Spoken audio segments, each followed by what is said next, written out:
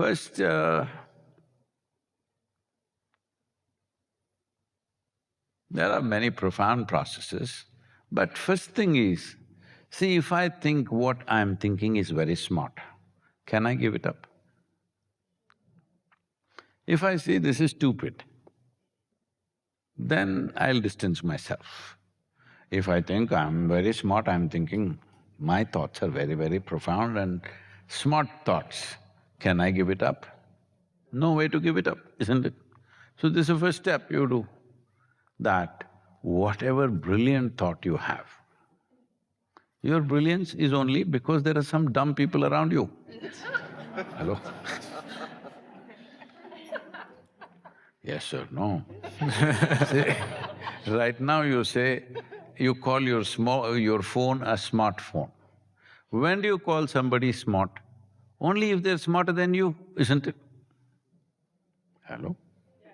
Only if they're smarter than you call them smart. If you are smarter than them, you don't say they are smart. Similarly, you're calling a phone smart, that means the phone is in dumb company.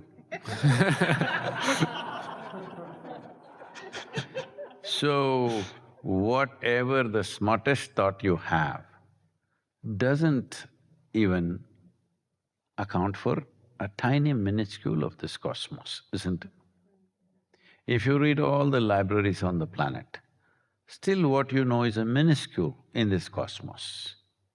In this whole universe, this solar system itself is a speck. In that planet Earth is a microspeck. In that California is a super microscope. In that Los Angeles is a super microspeck. In that you are a big man. Lack of perspective, I'm saying. Once you lack such basic perspective, thoughts will run. So the simplest thing to do is this. If you sit here and just look at yourself, today before you go to bed, you sit down, spend 10 minutes and do this. What are all the things you have gathered? Your home, you gathered it over a period of time. Your car, you gathered it. This body also you gathered over a period of time, right? Were you born like this, you guys? You were born like this? No.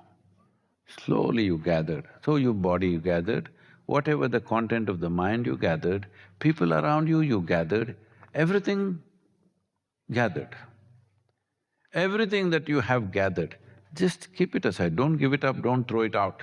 Just keep it aside and go to bed. See if you can do that, it'll take some effort, but just do this.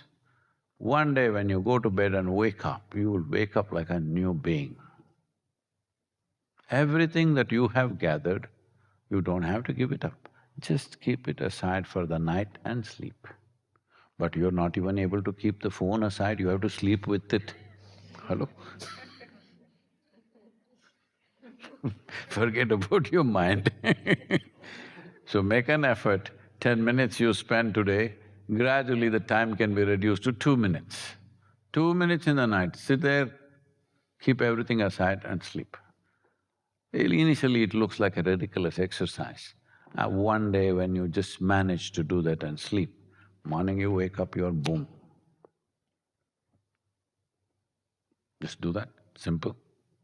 Because these thoughts are running like this, like mental diarrhea, because you've eaten bad food. What you're not, you're believing you are. What you gather can be yours. Can it be you? Hello? Whatever you have gathered, I'm not disputing it, it is yours. But is it you? So what about your body? What about the content of your mind? What about the people? What about the things that you gathered? You gathered them, it's yours. We will not take it away. But it can't be you, isn't it? If you know that much, thoughts will deflate. Right now, you believe yourself to be something other than what you are. Suppose I think I'm this vessel, you know I'm a nutcase. Yes or no? Tell me it's okay, yeah? So if you think you're this vessel, are you not a nutcase? Hello?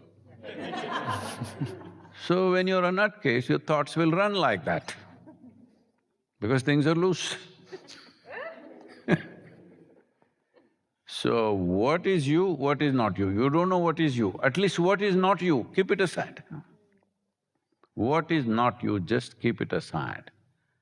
Just 2-3 minutes in the night before you go to bed, keep it aside and sleep off. Comfortable, isn't it?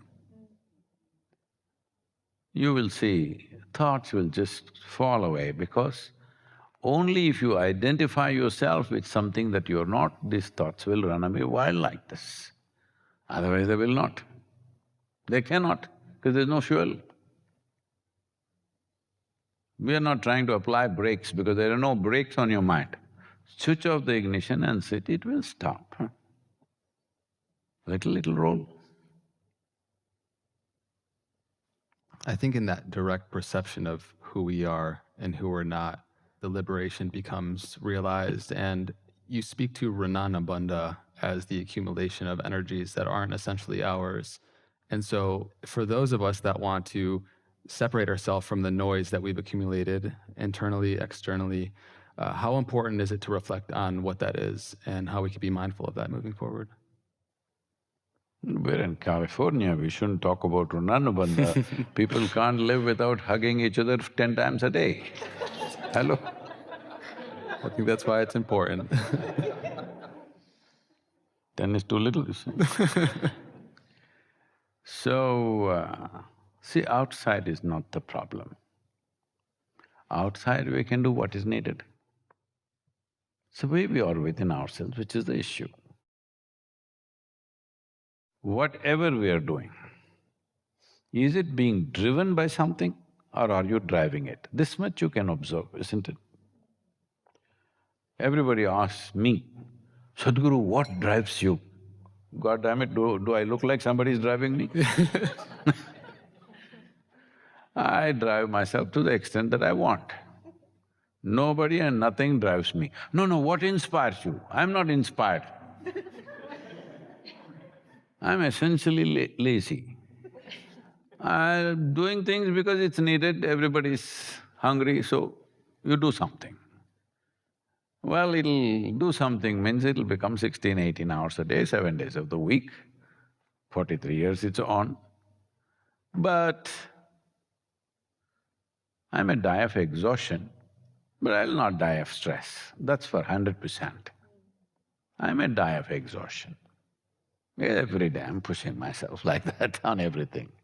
But essentially, why something driving you means you're still an animal in the evolutionary scale. Animals are driven by something. They are by their hormones, by their instincts, by their whatever, they're driven. Once you become human, it essentially means the steering wheel is in your hands. Yes or no? That's what it means, that the steering wheel is in your hands. Some fundamentals of the body, of food, this and that, may be still driven to some extent. But rest of it must be completely in your hands. If your throttle is in somebody else's hands, you will always live. Let me put it this way, you're driving. Somebody who's very dear to you, they like to press the throttle for you, who's sitting in the passenger seat. Even if you love them very much, you will be constantly terrified, yes or no? Huh? That's all that's happening right now. Simply stress and anxiety because somebody else presses the throttle. Somebody else means it may not necessarily be a person, something else pressing the throttle and you doing this through life process. If you are pressing the throttle, you know how much to press, isn't it? Someone else, it doesn't matter how dear they are to you, they're a disaster. When you are driving, if they are pressing the throttle, yes or no? You're driving, but they are pressing the throttle, it's a disaster. Then you must go to self-driven cars, that's where you're going. Self-driven car means it is not necessary to be human, because human is a self-driven car.